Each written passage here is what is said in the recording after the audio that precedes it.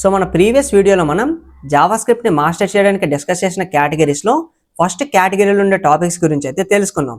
And ఈ particular వీడియోలో మనం సెకండ్ కేటగిరీ అలానే థర్డ్ కేటగిరీలో ఏమేమి టాపిక్స్ ఉన్నాయో వాటి గురించి అయితే తెలుసుకుందాం.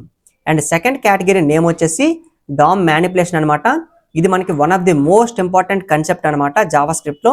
అండ్ దీంట్లో మనకి ఈ పర్టికులర్ టాపిక్స్ అయితే ఉన్నాయి.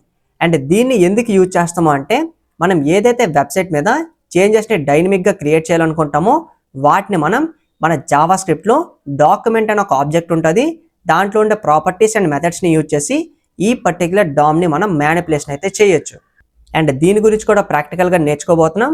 అండ్ మన థర్డ్ కేటగిరీ వచ్చేసి అడ్వాన్స్డ్ జావా స్క్రిప్ట్.